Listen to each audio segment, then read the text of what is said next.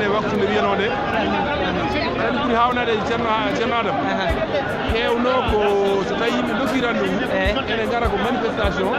heewi ko ande caggal heewi ko yimɓeɓe gara mbaɗa yimɓe ha tampa taw jamanu arani kono hande yimɓe gaditi yimɓeɓe yimɓe gadi ko adi nde waktude dokkonoɗo ko noon nde wonno ko e keewal ngal eɗen mooli Allah en kewani hiide yimɓe fotɓe daani eyi sernaɓe gaari pularekoɓe gaari gendiyankoɓe gaari leƴƴi goɗɗi gaari ko wona fulɓe tan e gandi deke oɗo musiba wona fulɓe tan muusi ha tegno kala pullo jinno ɓurno ɗo ene Europe mo heɓani yaade neɗɗo mum ari ɗo en eyi jarama no feewi ceerno Bilali kono caɗele noon ko jajaɓe goni hoore kono eɗen gondi goto e sernaɓe men eyo ceerno Sall ceerno a salminama a juurama koye dinguiral fulɓe gonɗen wadde noon anne ari tawtoreede ñalawma hannde hol no jiiruɗa mefte kalateɗe hannde e ngol ɗo leñol fulɓe ha tewnude leyɗele meɗen Afrique ɗeɗo mefte kam koye pinal men joni wondi tan noon ko poɗɗen ko yuɓɓinde koye men beele eɗen kawo ɗum yuɓɓinde koye men beele ɗum ɗo fof eɗen jalta hen ɗo fulɓe ko gonga sirja mette ɗe ina gasa wonde ni ɗe fawaka ko ɗe fawiɗe tan eyi saabu aduna o leñol fof koma darano hoore mum yimɓeɓe kadi darotto kala jiiɗa hunde ne darana wonko woni riwtere kono noon gueɗe fof ko garatɗe e yimɓe tawi noon neɗɗo riwtata ko faye mum ko faye muɗum fof yettoto ko ɗum woni firtide ñol kono noon paamen tan so Allah jaaɓi ɗum koko wayloto saabu hannde min duuɓam mi anndano Burkina en Togo en Benin en Tchad no waɗi fulɓe hannde mi anndiɗo fulɓe ngoni fof en paamodiri en jiitodiri to yiitodirde nde noon saaboto yimɓe addude peeje jowjide peeje ngam safrude ɗeɗo caɗele ñalawma o sa yiiɗo joni ma yiiɗo hannde leyɗele e kalanmami ɗe ko jomumen ne ndendiro kono a wawaɓe serdude hande wonjirama kanko ɗum koko nattata koko iwata koko waylata so Allah jarama kadi e ñalawma o kadi waɗi fayida yimɓeɓe gari no notanmo worɓe sukaɓe e mawɓe gari oɗo ko mbiyam minen gari o ar yiya kanko no yiya tigui rigui darnade ko jinna makko eyyi ɗum noon ɗen gueɗe fof ko ballatɓe kadi sukaɓe jeeyaɓe jibinaɓe ɗeɗo leyɗele ɓe ɓe jotodirde mabɓe kamɓe ɓuuri en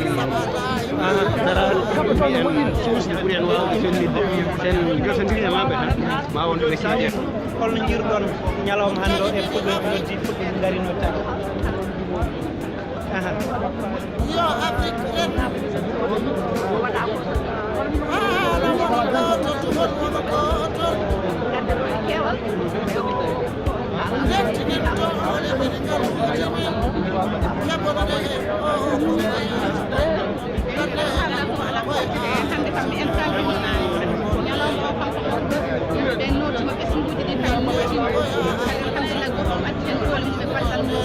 sabu mbiɗen ɗum ɗo tan ko yo daf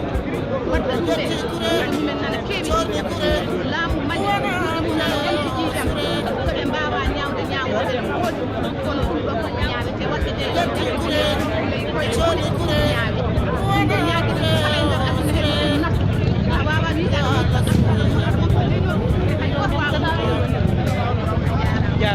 jarama no feewi mbiɗa sikki wongo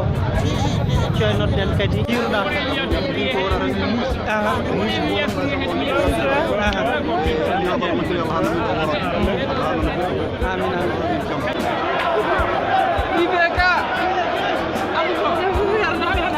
waɗen ni ƴeewen ɗo hay oɗo ari hay oɗo ari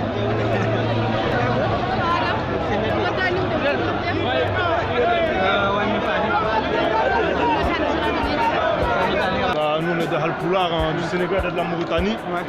On est obligé de venir dénoncer ce qui se passe actuellement au Mali, et pas qu'au Mali, et au Burkina Faso, un peu partout. On est persécutés, on est massacrés, donc on est venu dire non devant l'ambassade du Mali. On est obligé de faire notre devoir. Et voilà, j'appelle les Peuls aussi à tous se mobiliser. La jeunesse de France à Peuls, venez là. Mobiliser parce que là, on n'est pas beaucoup sur Facebook, il faut venir ici là. On n'est pas beaucoup de Halpulaar, comment dire, on est beaucoup de Halpulaar, je veux dire, en Afrique. Mais ici, la jeunesse, là, je n'ai pas vu beaucoup. Il y a beaucoup de parents, il y a beaucoup de grandes personnes, mais des jeunes, je n'en ai pas vu beaucoup. Et le cyber-soutien, c'est une chose qui ne marche que sur les réseaux sociaux. Il faut agir. C'est bien de partager, mettre des images je suis Peul et tout, mais non, il faut être sur place et il faut agir.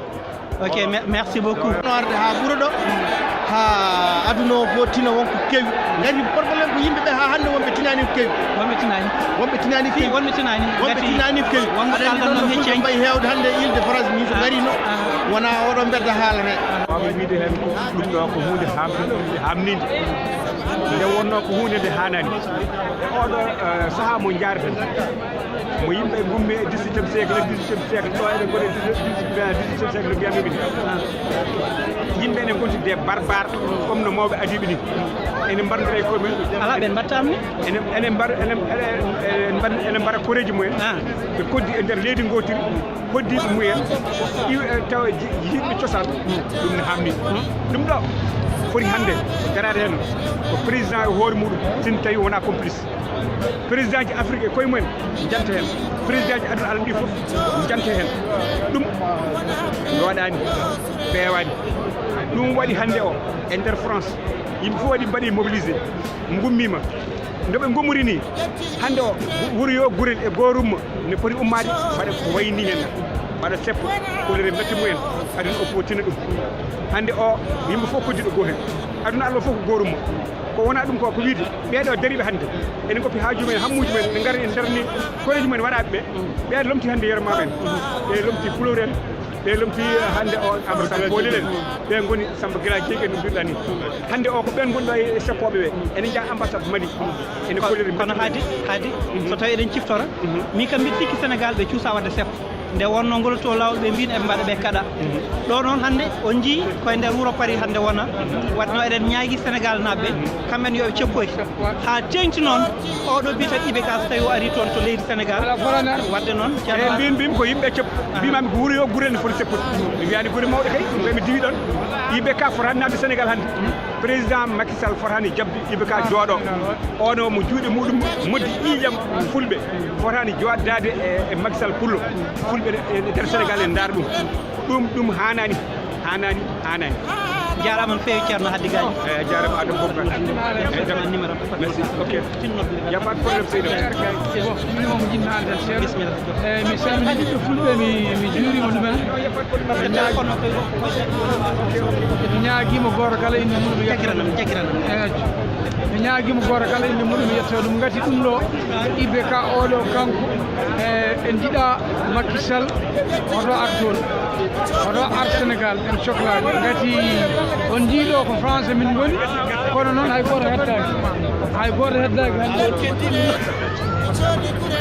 Moussa Demben Mamadou Yero en hay goto mankani wona ɓaleɓe wona woneɓe ɗum noon minen kam so toon min gonno ko ferlaji min paccata e kono noon ga kadi oɗon faama tan waɗɗi seeɗa kono sona ɗum ɗon gandumi kam lomto Yero Mamadou Amadou Sam Poolel en Gumel Samba Jam Dialal en no gooti ha hannde aduna koto woni wonno yooɓe gandu fulɓe jaatita caggal omo nanga fulɓe omo wara kam yo andu vraiment fulɓe kañumen vraiment ina metti ɗumen e on jaram merci anani wona jebbilare tan yo yimɓe juɓɓi ɗum ɗo so juɓɓi so kaɓama ɗo wawi wonde e Afrique foof ɗo fulɓe goni ɗum nattan gonde hannde noon laaɓi tigui yimɓe wonko puɗɗi famde deke noon ko ɓooyi rentinede yimɓe yo ndento fulɓe ko mi sikki tan wadde ko gonga eyyi ɗum kam ko no foti andede kono enen noon oto jehen tan eɗen deƴƴi tan eɗen jebbili yimɓe ne jaaha ne kaala fenani ko fati fulɓe enen noon daroɗen tonggen ko poɗɗen haalde ha eɗen gandini yimɓe men ko gonɗen e nder dartol e ko gonɗen kadi e gonka men hande jarama no fewi ceerno Sall a weltanama wadde monsieur Diaby haalde hen seeɗa bisimilla ko adi fof mi weltanima mi salmini bandiraɓe ɓe fof komo fof inde mum yettode mum mi weltima no feewi eywa min ko masina jaati jeeyami to basi o wonto to jaati jeeyami eywa mi weltanima jamanu o ɗo hande ni ɓuuri hewde ɗo sa yiiɗi mbiya ko pulaku leyɗeje goɗɗe ɗe ɓuuri hewde ɗo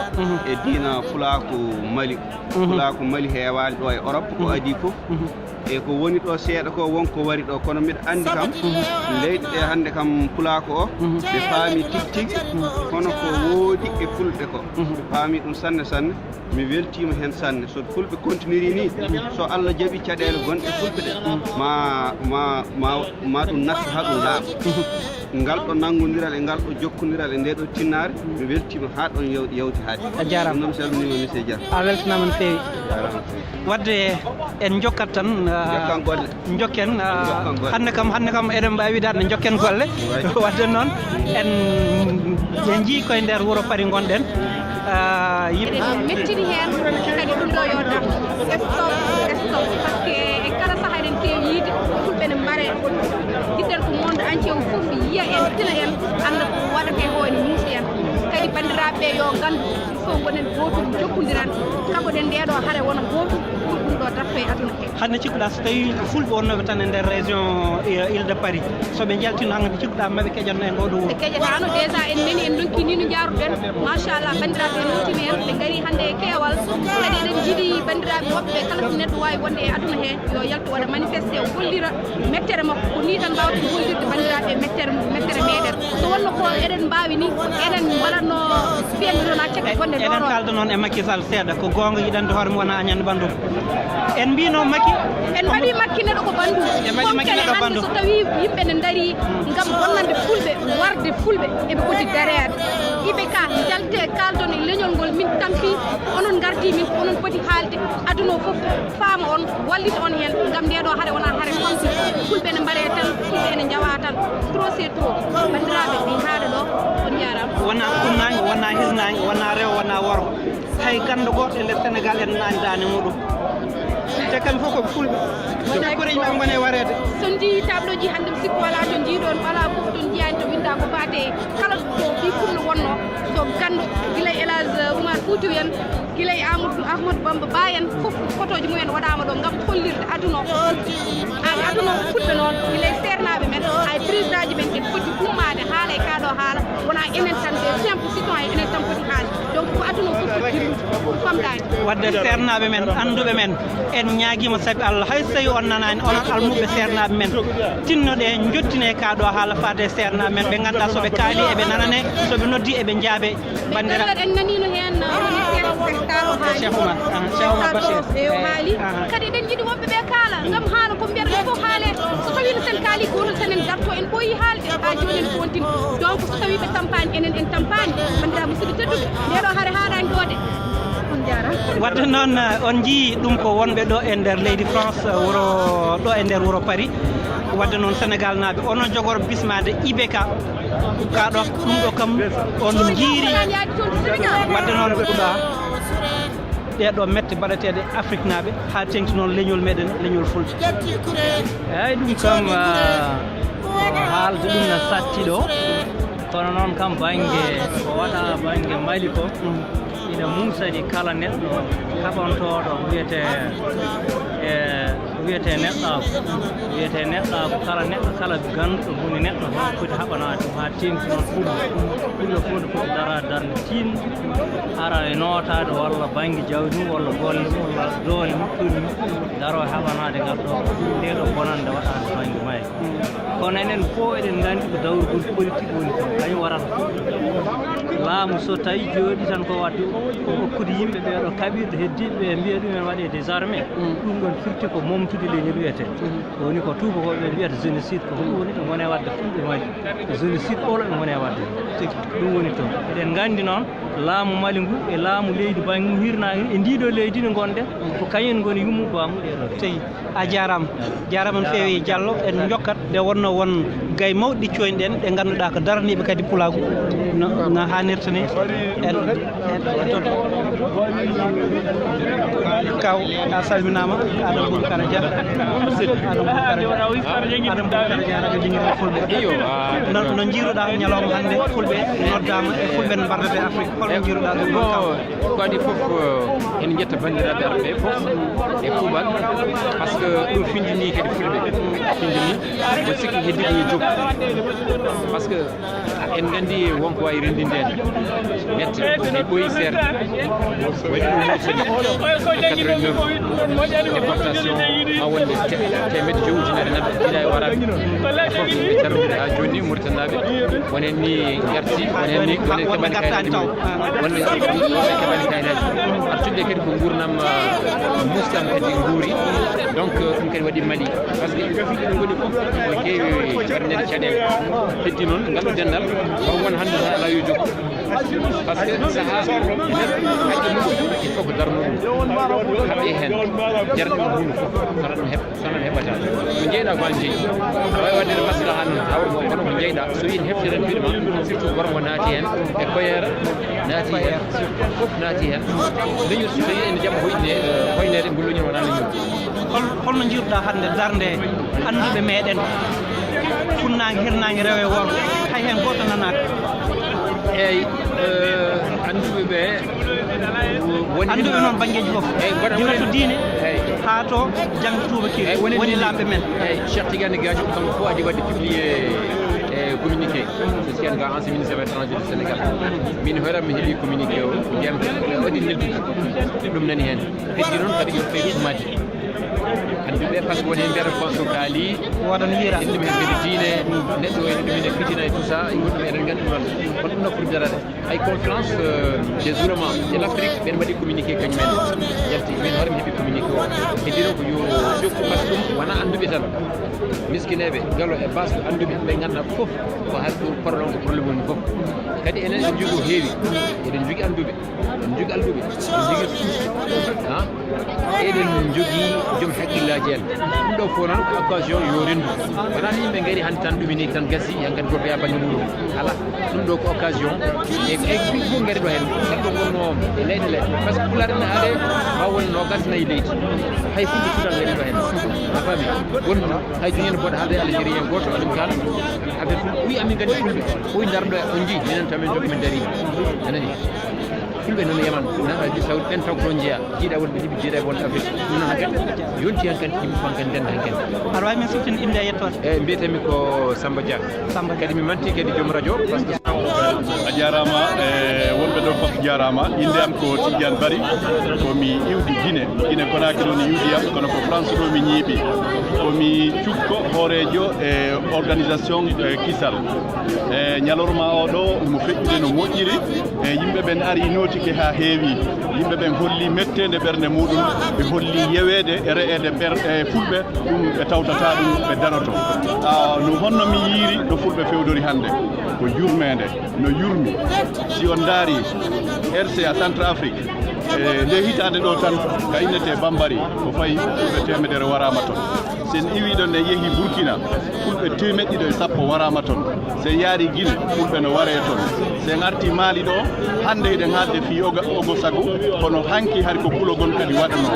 ɗum fof yahara o fulɓe no ware wa daabeji wa guertode ɗum hani kan acca e hiɗen andi Mali ɓaawo toon laamu ngun no ɓaawo toon militaire no tawa e mum e Danna Basago no tawa toon e no toon kadi e milice uji go kadi ɗum fof no hawti no jiwda fulɓe asikke fulɓe mara ko dartanoɓe are ɗum ko fettene moɗanade a jarama a jarama pullo fulani jona min gardi ngal génocide pol Mali min mbaɗini kadi min jokkodiri kisal e yimɓe bandiraɓe heeɓe men bisata garnoɓe Allah waɗi leydi hannde kadi en gari ɗum nawtade e noddago hono bandiraɓe men ɓeɗo surtout ɓe dañal men wonɓe Mali ɓe ɓe mbarama toon ma won hannde duɓɓiɗa hay won haalata ɗum hannde ndendude ɗum ɗo wondide aduna o ɓe jayno ɗum ɗiɗo image bonɗi en jaɓata ɗum en jaɓata ɗum par ce que ene mbara layeɓe e lawna koɓe ɓe jaggi ɓe beyi ɓe mbawi ɗi eɗen gandi mani kamɓe kamɓe par ce que ko gotoɓe ɓe mawɗo kamɓe haali jaggal ɗum taw paysage aɓe kala wadde diso koɓe andiɗa disuji donc lance on appel à la communauté internationale d'aller vite sur le Mali wattude dawgal jamais maîtrisé merci beaucoup hande o ñalawma ƴeeyam koye fedde wiyeteɗe fedde woyoɓe tawi neɗɗo woyi 2089 de avril 89 lewru ɗiɗi nayaɓiru de avril ha 31 mars 19 ɗi capantati so tawi pullo woyi ɗum ina e pelle fof deƴƴani ha hande en jii oɗo ñalawma mo ganduɗa en jii ken meeɗa yiide fulɓe goyi Mauritanie goyi Guinée goyi Mali heddi tan ko Sénégal eɗen gone e pelle eɗen goyi e deƴƴani hande poɗɗen innirde koye meɗen ko fedde woyoɓe saabu ko jiɗen ɗo hande ko eɗen poti yiide ko ɓuuri ɗum saabu en jii ken meeɗa yiide e ɗum noon e yiyandam hande ñalawma oɗo woni fof ko umminde hoore muɗum hay goto potani ede yo ummo saabu en jii ganduɗa ken meeɗa yiide ganduɗa ken jejitta e saabu hande leƴƴi ɗi fof gari ɗo ko wona pulagu tan hande nakki pulagu ko aade ɗum noon eɗen mbiya tan yo Allah deƴƴin ɗiɗo goji a jarama tawmo haaldaten ko ceerno Cheikhou Boubou Dicko ha mo Mali Cheikhou Boubou Dicko ko Mali jeeyeɗa holno jiiruɗa hande darde fulɓe ari notitade e holno jiiruɗa gurdam fulɓe ha toon to leydi meɗen Mali eyyi ceerno Adama fulaaji fof mi salminimama jam hande ko jamma e jam wonde ma salmini bandiraɓe fof kala garɗo e oɗo sebbo goɗo mi salmini weltani eyyi ceerno Adama holno jiiruɗa hande pulako o miɗe welti miɗe seyi ay aduna no wayi fayi ko metti aɗa seeyo hen e kala ko mbaɗɗe ko metti e ko musine ɗo hande kawral gongal ɗo ngal nana jomtira ɓerde neɗɗo so wona ɗum hande no fulɓe gorri diwangal meɗen Afrique herdade e Mali fa yettade e réseau moɓɓe o hande ana muusi eyyi jonno ɗo hande alhamdulillah eɗen belti eɗen ceeyi hertanade mana jarde mana Adama Dia radio ko dingiral tesɗon Pulago aɗa salminade weltano weltima ko jiiɗoɗo ko weltima bandiraɓe fof jarni o jarama ko ceerno Mballo a salminama a juurama anne a ari notitade e ñalawma mette fulɓe an wiyete ko fulɓe ko anduɓe fulɓe nani halke jamma e ñalawma gandal fulɓe ngal to ngal woni eyyi bandiraɗo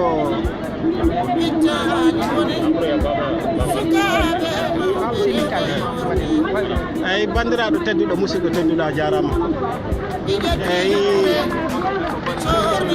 komi président capital Pulago Paris Île-de-France e ko mbiɗa ko no sohli namdal saabu gandal e andinede no certes saabu sa wii gandal e no heewi sifa eyyi kono noon fulɓe goni ko he ɓosde ala hen fof ko yawa nde wonno hande capital Pulago addi fulɓe ɗo ɓe gonano has tawi ko andodiral ngal tan capital Pulago waɗiɗen golle o waɗi ha fulɓe aduna fof gandotiri ha fulɓe aduna fof jokkotiri joni ko heddani en pewnite ɗon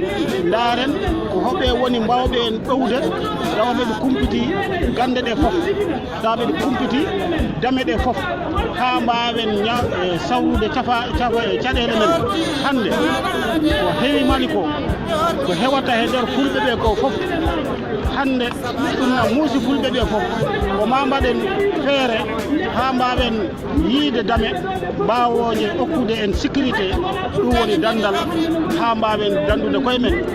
muuya meɗen o timma mbawen yettade ɗo jiɗɗen yettade won ñingoɓe tabital Pulago ina wiye tabital Pulago ala ko waɗi hay fus hande ɗo e nder leydi France eɗen gandi darde men famɗani holi darde tabital pulagu France e nde ɗo hare tabital pulagu France gonga no woodi ko ngakki ko heewi sabu jokkodiral e juɓɓotiral e dañde leader ɗowowo moƴƴo enen fof eɗen nganndi moƴƴere no woodi kono ɗowowo kumpitiiɗo no ɗowirta banndiiɓe mum wona huunde weemde tabital pulagu France no foti juɓɓinde moɓoniral e nder France mbawen suɓade yimɓe wawɓe yettinde to laamu wona laamu ha heɓa wonde président kono ko laamu ha mbawen yultude hujjaji meɗen mbawen sabrude ɗe caɗele garoje he meɗen ɗe ɗum woni yimɓe ngara jana he wuuro saare mbaɗa no jiɗi no kaala ko jiɗi e nder télévision no mbaɗa ko jiɗi ɓe nanngaka ɓe mbaɗaka hay tus ɓe mbaɗaka hay dara tabital pulagu wiye no woodi dariɓe no woodi hastaɓe no woodi ino ngakki a jarama Mballo Samba Kouyaté no jiiruɗa ñalawma hannde eyi ceerno Arame Boubacar mi salmini min mbiyetemi Samba Kouyaté komi calkala tabital pulagu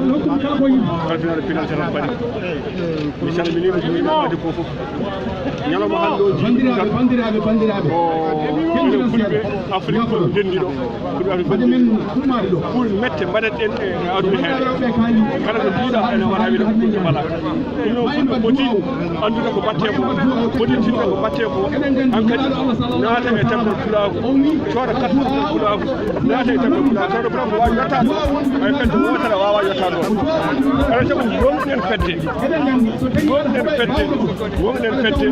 mbaɗen sécurité koye men lamɗo wattani sécurité ministre wattani sécurité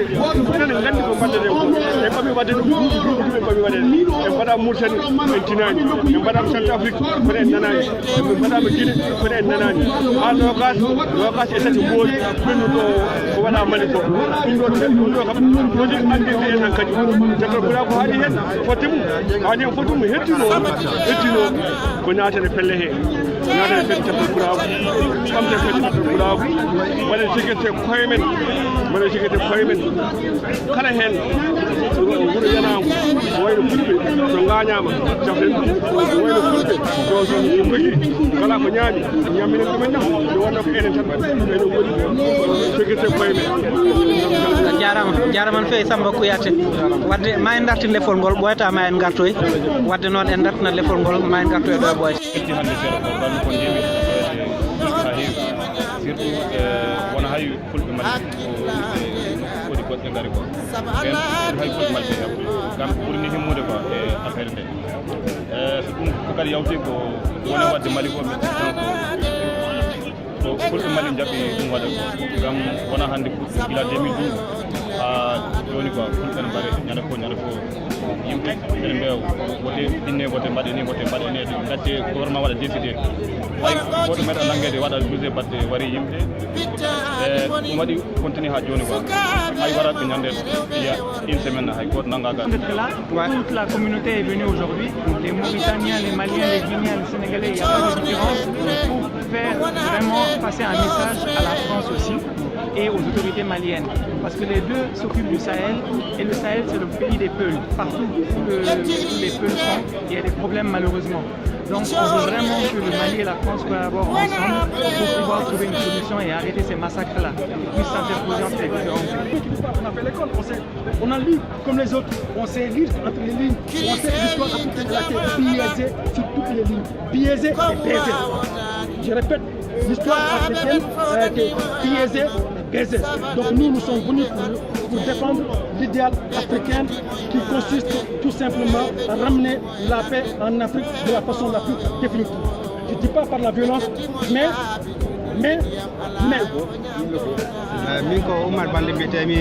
komi sukabo Casamance to Fuladu mi ari ɗo hannde pour halgol affaire watta ko mali o ɓiɓɓe fulɓe jippeteɓe ɗe probléme e nder aduna Allah he ɗum metteɗen ne woodi men fof ɗum taki min gari ga hannde pour min kalna yimɓeɓe gouvernement mali o e gouvernement France o pour ɓe gacca ɓe mbaɗa feere feere ɓe mbatta ɓe dafna ɗum ko yaawi hannde si Allah jaɓi ɗum noon onon piyo ɓiɓɓe fulɓe malla kala neɗɗo affaire pulagu malla kala goɗɗo julɗo no foyi darade affaire o no daro ha atte e warede yimɓe ɓiɓɓe fulɓe ɓe particulier à ces peuples maliens qui aujourd'hui vient d'être meurtri au cœur de son existence. Mes mots iront bien évidemment à mes frères et sœurs Peuls qui depuis un moment donné sont victimes d'une barbarie de chasse à l'homme sur l'ensemble de la sous-région, je dirais de l'Afrique de l'Ouest, mais aussi vers l'Afrique centrale. Et je voudrais par là condamner sans équivoque tous ces actes horribles et odieux perpétrés pour faire asseoir une sorte de domination et d'hégémonie, que ce soit ethnique, raciale, culturelle ou tribale. Nous les condamnons fermement. Et je condamne ces actes odieux, quels que soient les instigateurs de ces actes, nous les condamnons. Notre mère patrie, l'Afrique, a payé les prix forts de tous les crimes odieux perpétrés sur cette terre des hommes. Nous avons été meurtris depuis des siècles par des forces exogènes et endogènes de l'Afrique qui ne cessent de bouleverser l'avenir de notre peuple et de nos nations. Et aujourd'hui, la jeunesse africaine de partout, du nord au sud, de l'est à l'ouest, condamne ces actes horribles, car nous voulons aujourd'hui récupérer la destinée de notre mère patrie, l'Afrique, et de notre peuple, pour assurer un bonheur meilleur pour l'avenir de nos enfants et des générations futures. Et en ce lieu, au nom de toute la jeunesse africaine et panafricaine, et au nom de tout le peuple d'Afrique, je voudrais dénoncer aujourd'hui ces forces exogènes. D'abord, parce que je commence par cette armée française qui, depuis un moment donné, a choisi d'élire domicile dans notre mère patrie, l'Afrique. Et cette armée, la liste sera longue et non exhaustive si je commence à citer les crimes et les massacres depuis les années 1945 qui, perpétrés par cette armée qui a voulu sans équivoque détruire la vie des Africains justement pour avoir accès à ces métaux précieux et stratégiques, à sa richesse immense. Et l'enjeu, la résistance héroïque du peuple Peul depuis des générations et du peuple africain de manière générale dérange les forces exogènes qui veulent déstabiliser l'Afrique. Parce que justement, ce qui se passe au Mali, c'est de créer ces conflits pour déstabiliser l'ensemble de la sous-région. Et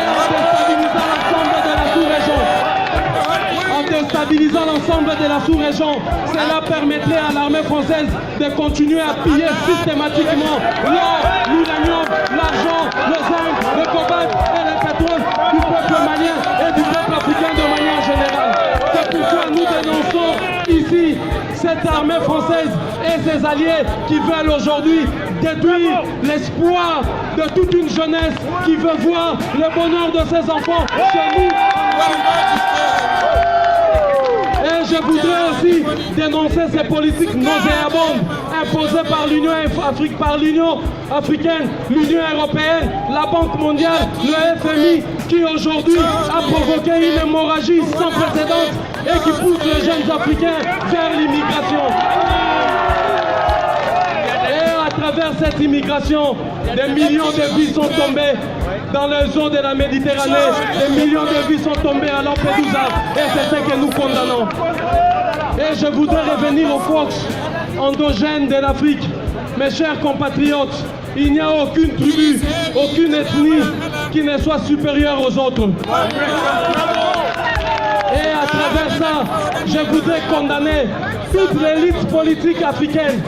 de gauche, de droite, de l'opposition, comme du pouvoir, qui veulent attiser ces conflits justement pour des postes ministériels, pour le pouvoir. Et je condamne en premier le président irresponsable, aveugle, naïf et inapte, Ibeka, qui autorise aujourd'hui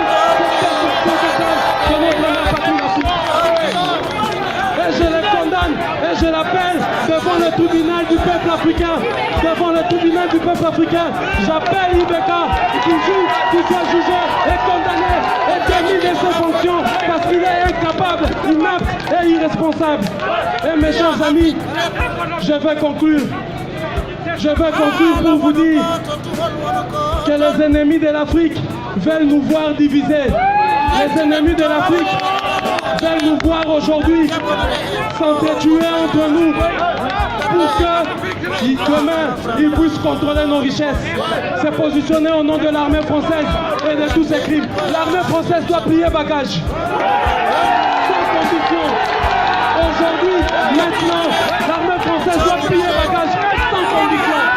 Solidarité. Voilà. Est-ce que les enfants de Soundiata Keita, vous êtes là? Est-ce que les enfants de Modibo Keita, vous êtes là? Est-ce que les enfants de Lumumba, vous êtes là? Est-ce que les enfants de Thomas Sankara, vous êtes là?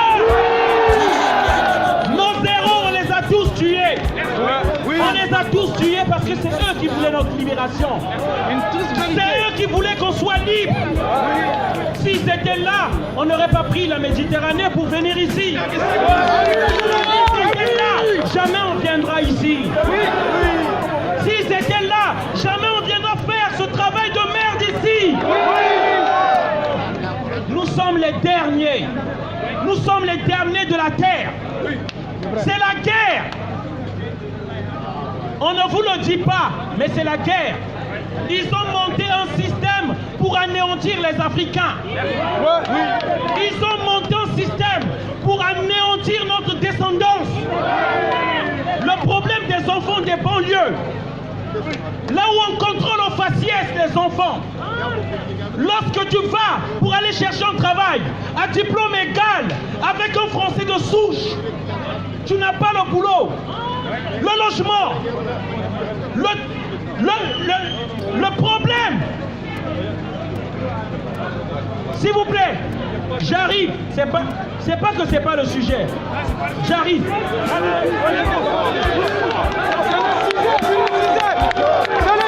Continue. Beaucoup n'ont pas encore compris. Beaucoup n'ont pas encore compris. Beaucoup n'ont pas encore compris. Le problème des Antillais avec les Békés, le problème des Africains, ils ont un dénominateur commun. Nous avons un dénominateur commun. C'est la couleur de notre peau. Si vous ne le savez pas, on reviendra ici avec 10 000 morts. Si vous ne comprenez pas, nous reviendrons ici avec 1000 morts, 10 000 morts. Ce qui a fait notre maillon faible, le manque de solidarité. L'Africain vend l'Africain. L'Africain tue l'Africain. Pour des broutilles, on s'embrouille. Exactement, le problème. Le pouvoir encore. Il faut qu'on se lève. Ibeka, c'est le petit problème. Mais derrière Ibeka, il y a le système France-Afrique. Les peuples qu'on a tués là, depuis la nuit des temps, pourquoi ils ont détruit la Libye? Pourquoi ils ont détruit la Libye? Lesquels? Ces djihadistes qui sont arrivés avec les armes. C'est quelles armes? Les armes françaises. Ils ont ramené les armes françaises. Et j'ai lu ça, je suis tout sur le net. Ils ont rencontré des représentants de la Zawad pour leur dire: joignez-nous à vous, joignez-vous à nous et on va vous promettre l'indépendance. Ils n'ont pas prôné l'unité du Mali. Ils ont promis l'indépendance aux dirigeants de la Zawad pour fragiliser le gouvernement de Bamako et pour faire même pas à votre mort l'or du Mali. Et si ça, nous les Africains, on ne comprend pas. Si on ne comprend pas, on va encore revenir ici.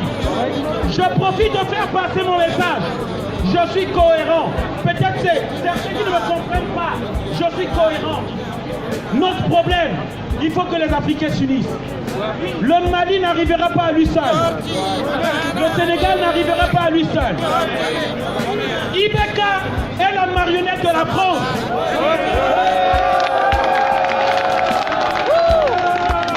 Mais celui qui nous détruit depuis la nuit des temps, c'est la France. Il nous faut éveiller nos enfants ici. Parlez-en dans vos familles. Il faut éveiller nos enfants ici. Cher Anta Diop a dit. Cher Anta Diop a dit.